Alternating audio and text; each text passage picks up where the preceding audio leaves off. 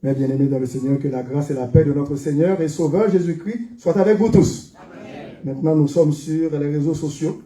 Alors, je aussi lance cette invitation et à tous les gens qui vont m'écouter bientôt, eh bien, à m'écouter de façon attentive afin de prendre une décision pour leur vie.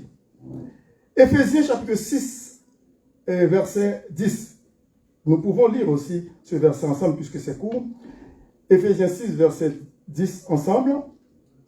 Au reste, fortifiez-vous dans le Seigneur et par sa force toute puissante. Encore. Au reste, fortifiez-vous dans le Seigneur et par sa force toute puissante. Merci, vous pouvez vous asseoir. Donc ici, il s'agit du bon combat de la foi. Disons que ce sujet a été déjà traité. J'avais déjà prêché là-dedans, mais je vous avais promis de revenir avec d'autres messages portant sur le bon combat de la foi, à savoir les âmes spirituelles. Étant donné que nous sommes aujourd'hui dimanche de la fête des pères, puisque nous avons déjà fêté les mères, maintenant nous sommes en train de fêter les pères. Amen. Alors nous disons aux pères, à tous les pères, à tous les papas du monde entier, à tous les pères de l'église évangélique de la cité, aussi dans l'église de Jésus-Christ dans le monde entier, fortifiez-vous dans le Seigneur et par sa force toute puissante. Bon, ce message n'est pas seulement adressé aux pères, mais c'est à tout le monde, à tous les enfants de Dieu. Et aussi, on va voir une rubrique pour l'évangélisation là-dedans. Et par contre, le fait que nous sommes aujourd'hui, dimanche 18 juin 2023, c'est la fête des pères, nous voulons aussi marquer cette fête en l'honneur des pères.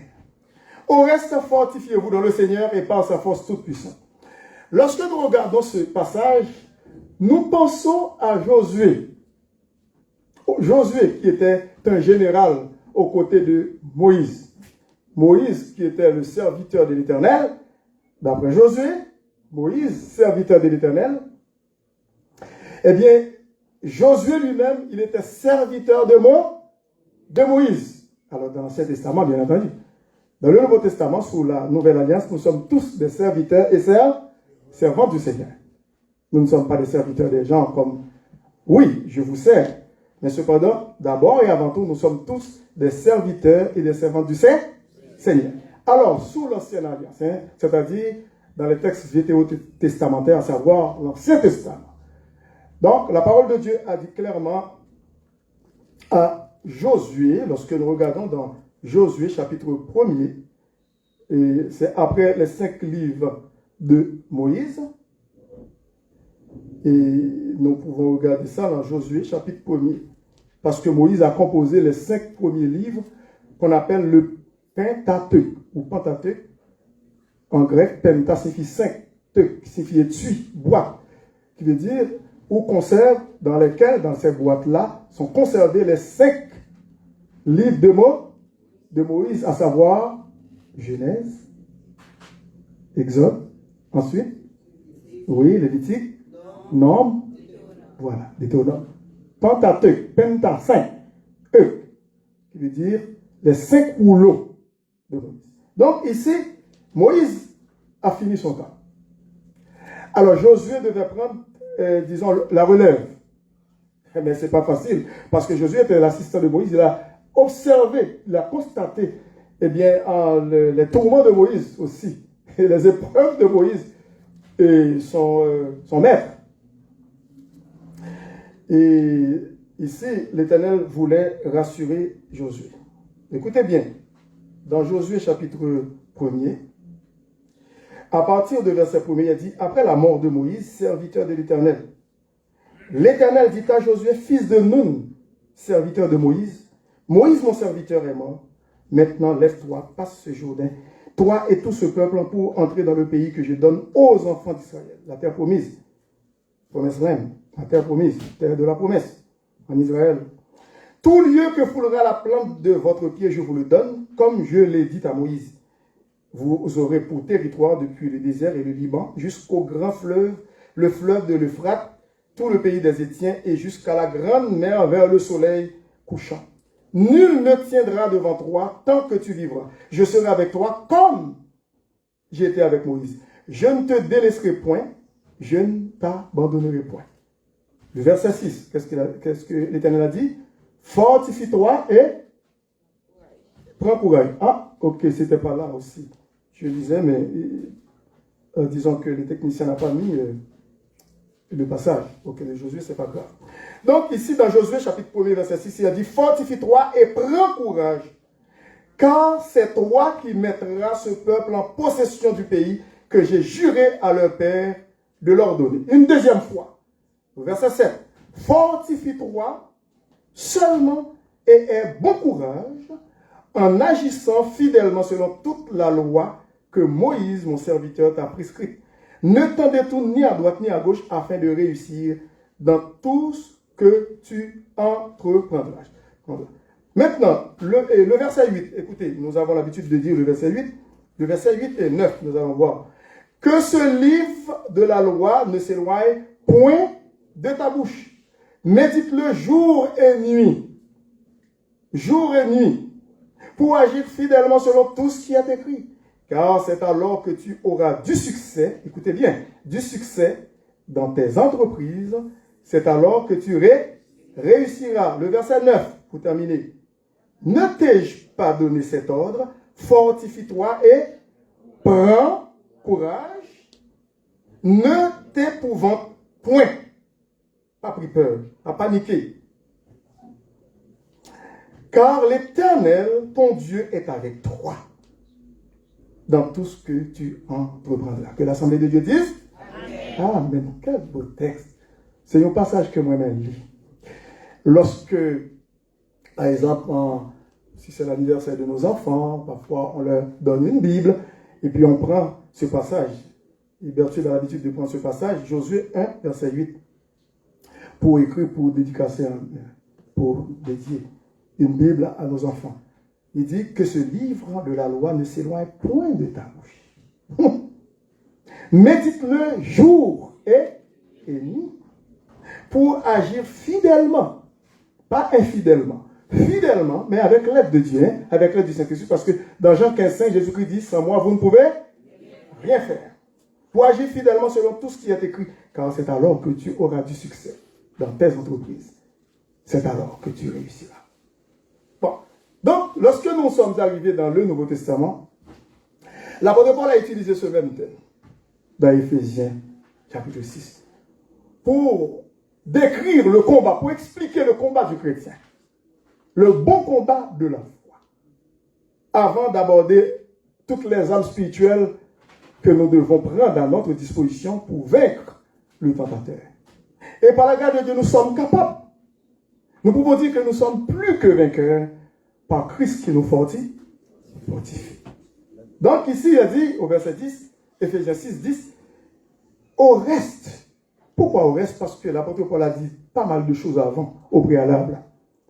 Donc, c'est comme si, arrivé au verset 10, il dit, bon, par ailleurs, ensuite, puis, au reste, fortifiez-vous dans le Seigneur. Ce n'est pas en dehors du Seigneur. Nous ne sommes pas capables de force en dehors de Jésus-Christ, oui. Parce que sans Jésus-Christ, nous n'avons pas de force. Mais c'est avec Jésus-Christ que nous sommes capables de faire des exploits. Et Psalmiste, verset 20, il dit, avec Dieu, nous ferons des exploits. Il écrasera nos ennemis sous nos pieds. Est-ce que vous croyez ça? Vous croyez ça? Comme anglais a dit au mine. Vous croyez ça? Parce que ça a une grande sens, une grande signification pour nous avec vous. Écoute, petit bon Dieu qui a marché avec le Seigneur, fidèlement, en toute sincérité, il est plus puissant que Satan. Même si vous ne pas dire Amen, mais c'est vrai. Est-ce qu'on est avec moi? Parce que puissance, ce n'est pas vous-même. Ce n'est pas puissance, pas vous. Mais puissance, bon Dieu qui est en vous. Est-ce qu'on est avec moi? Parce que le psaume 91 dit, celui qui demeure sous l'abri du Très-Haut repose à l'ombre du Tout-Puissant. Donc, tout papa qui est là, dans la salle, là, je dis, il doit considérer que vous avez une force agissante là. Mais est-ce qu'on est avec moi? Écoute, même lorsque, comme servant se dit parfois, je n'ai pas toujours comprendre le travail. Vous voulez qu'on fait le travail bien, mais le Seigneur connaît. la récompense. Parce que vraiment, les places là, dans le foyer, comme une autorité morale, responsable. Amen. Et vous devez respecter. Madame doit respecter, petit tout doit respecter, les frères et sœurs doivent avoir respect pour eux parce que ils sont serviteurs de Dieu, ils sont hommes de Dieu. Chaque mari chrétien est un pasteur de son foyer. Est-ce qu'on a répondu? Ah oui. Chaque mari chrétien est dans son foyer, c'est un pasteur. Il est un pasteur, c'est très important. C'est vrai, un pasteur Chamain. C'est un pasteur. Législateur. Amen. C'est un législateur, quelqu'un qui érige des lois, des conditions, la façon de diriger la famille, le foyer. Écoute, il est le chef de file de la famille. Il n'est pas un apôtre. Il faut bien comprendre, parce que moi, avec vous, écoute, nous avons tant souffert, tellement souffert sous un régime dictatorial, alors que maintenant, nous avons de la nostalgie de ce régime, on aimerait retourner encore dans ce... C'est une honte, parce que c'était mieux avant que maintenant en Haïti. C'est pour cette raison que lorsqu'on parlait de Divali, on a dit, mon cher, nous songeons, nous avons nostalgie, puis on était même genre. Parce que tu as un leadership. Est-ce qu'on a pas peur? Un pays qui n'a pas de leadership, c'est un pays qui voué au désordre, à l'anarchie. Un pays qui n'a pas de guide. Un pays qui n'a pas de dirigeant, qui n'a pas de directeur. C'est comme nous, l'école. Si on l'école n'a pas de directeur, tout élève va faire ça, tout professeur va faire ça. Directeur doit, écoute, connaître ça, l'a fait. Il n'est pas un macoute, il n'est pas un dictateur, il n'est pas un despote, mais il est un directeur, un bon dirigeant. Il faut aller à l'écoute. Un bon dirigeant, c'est un monde qui compte écouter. Il a bon oreilles, il n'y a pas point de vue parle pour passer seulement, mais il faut avoir oreilles pour l'écoute. Il doit savoir écouter. Amen. C'est Allemagne, savoir écouter. Et puis, un bon directeur, c'est ça. Là, on prend un bon papa, qu'on y a assez dans le domaine de père. Là, on prend un bon papa dans un foyer, son papa, les oreilles toujours à l'écoute de son épouse et de ses enfants. Ça peut arriver que nous fassions des gaffes. Surtout lorsque nous faisons marier, nous tellement, écoute, nous n'avons pas d'expérience, nous immatures, mais nous n'avons pas assez de maturité. Mais avec le temps, nous comprenons bien, écoute, que ce n'est pas comme ça pour ça payer. Vous connaissez, je dis nous pas bien aimé. Moi, avec vous, façon que parfois, à cause de peut-être mentalité, culture, tout bagaille, vous connaissez lorsque, moi, avec vous, là, nous, on a regardé, nous, n'a pas la Timon, n'a regardé, nous, dit, non, pas de manger. Tandis que l'autre mentalité, si Timon n'a pas regardé manger le BCG, c'est un mépris lié pour gamin. Où est culture là, mentalité là? C'est comme si on pas coûté parents ou pour baisser tête ou pas. On comprend? Tandis que nous-mêmes, disons, on pas regarder manger. Et puis, bon, l'autre problème encore, que même les chrétiens sont piégés là-dedans. Même les chrétiens, les parents chrétiens. Écoutez, si que ou t'as offensé Timon, c'est petit tout, faut qu'on dise excusez. Non, c'est Timon qu'on peut excuser, mais c'est moi qui fais. Alors là, il n'est pas biblique. Est-ce qu'on est avec moi? Alors c'est ça.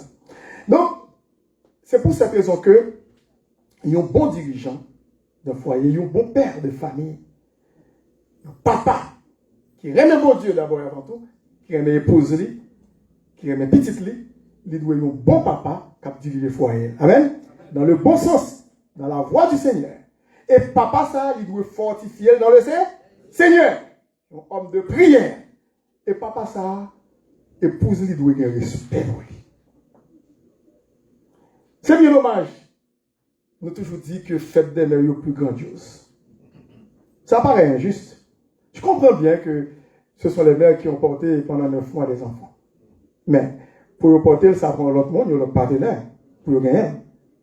Et pas vrai? Mais alors, on comprend une souffrance maman.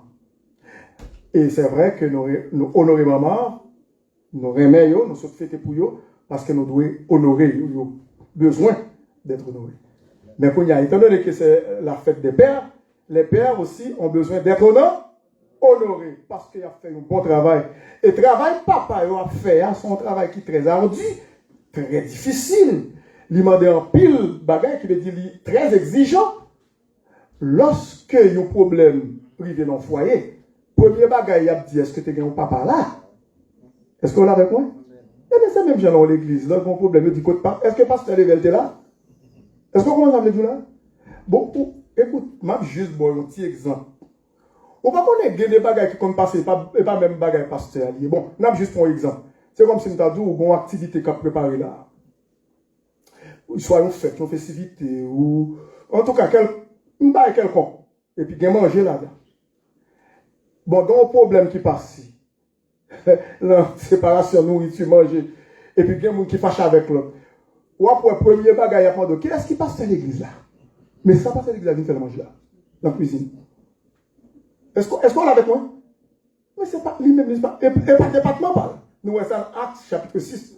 Actes des Apôtres chapitre 6. Il devine côté, parce que tu as un problème dans la séparation de nourriture. Après chaque assemblée, chrétien primitif, l'église primitive à Jérusalem à l'époque, 1er siècle, et puis tu as un favoritisme. On a plus mangé que l'autre.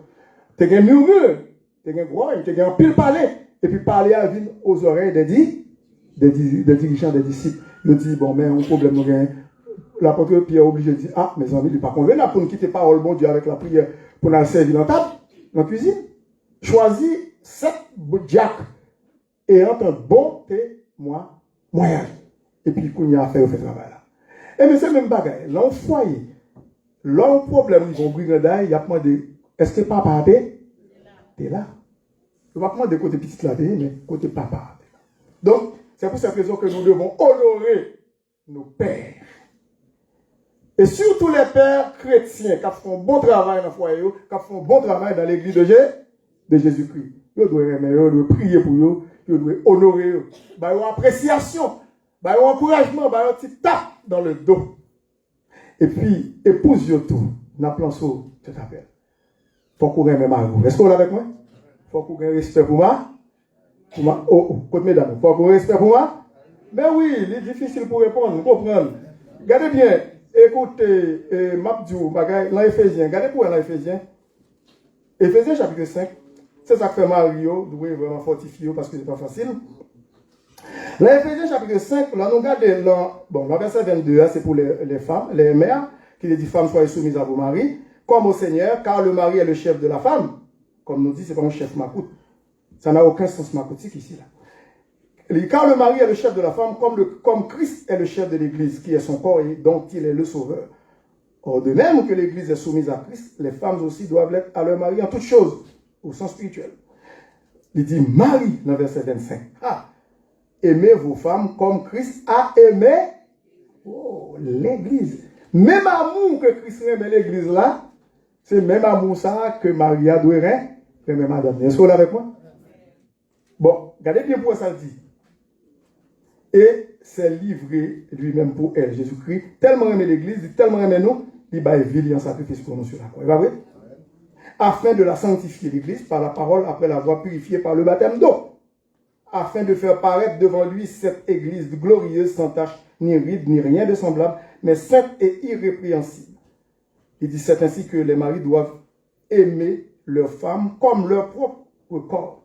Et puis, lorsque vous arrivez dans verset 31, il dit c'est pourquoi l'homme quittera son père et sa mère, nous avons noté dans le son, dans l'école dimanche, et sa mère, et s'attachera à qui? À sa femme. Et les deux deviendront une seule chair. Où est ça? Alors, mesdames, nous connaissons une seule chair que nous avons avec Marie. Parfois, passer timé dans la tête. Ce n'est pas seulement Marie qui vous passe dans les cheveux, non. Mais nous-mêmes, tous, on nous passe timé dans la tête. Mais côté nous, dans la tête. Et parce qu'on va faire le qu'il faut pas. On a des difficultés pour répondre partie ça. Alors, il dit, c'est un mystère qui grandit dans le verset 32. Parce qu'il comparait mari et femme, le mariage chrétien, à Jésus-Christ et l'Église. Parce qu'il dit dans le verset 32, ce mystère est grand, je dis cela par rapport à Christ et à l'Église. Et puis il dit dans le verset 33, du reste que chacun de vous aime sa femme comme lui-même et que la femme respecte qui? Son mari. Épouse doit respecter mari. Et là, nous regardons dans 1 Pierre aussi, chapitre 3. Chapitre 3, pas chapitre 5, mais plutôt chapitre 3. Regardez que il dit d'un côté. Regardez bien, ça il dit dans verset et dans verset 1er. Femmes, soyez de même soumises à vos maris. Femmes, soyez de même soumises à vos maris, afin que si quelques-uns n'obéissent point à la parole, ils soient gagnés sans parole par la conduite de leurs femmes, en voyant votre manière de vivre chaste et réservée. Ou bon respect pour Marie, ou aimer Marie, ou souhaiter du bien pour lui, ou prier pour lui. Ça, c'est très important. Donc, lorsque nous prenons Éphésiens 6 avant de terminer, lorsque nous prenons Éphésiens 6, nous voyons que c'est un combat continuel et continu, acharné, que les maris chrétiens livrent aux tentateurs. Et c'est pour cette raison que l'apôtre Paul dit, au reste, fortifiez-vous dans le Seigneur et par sa force toute puissante. Oui, alors Maria doit fortifier dans le Seigneur. Il doit vraiment qu'un des femmes dans la foi. Et gagner des âmes, là, je ne vais pas passer sur parce que ce n'est pas le temps, parce que nous avons l'autre message que nous avons avec lui et dans les dimanches à venir, sur les âmes spirituelles, le bon combat de la foi, mais ça, on a parlé de Marie en tant que chef du foyer chrétien. Il doit apprendre à fortifier. Le même genre, l'Éternel te dit, Josué, fortifie-toi et prends courage. Écoutez, c'est un grand travail pour gagner Marie. Pas inquiétez-vous. Vous comprenez le souci, parce que moi-même, tout c'est Marie. Vous connaissez, ce n'est pas facile. C'est vrai que il y a des bagages que madame nous possédait, nous pas possédé. Bon Dieu crée comme ça. Parce que le foyer n'est pas capable de vivre sans femme. Ça nous connaît ça. Ça fait nous well en fait dernière. Il y a un foyer qui sent une fleur, femme n'a considéré comme une fleur, il faut arroser, c'est pas vrai? C'est une plante que lui. Mais il faut que plante là au service aussi de l'homme, c'est-à-dire de son mari. Et puis, si vous y pour terminer, les enfants, c'est le dernier chapitre, vous les enfants. Écoutez, je vais lire en dernier lieu ce passage. Dans Éphésiens chapitre 6, à partir du verset 1er, comme nous l'avons vu déjà ce matin.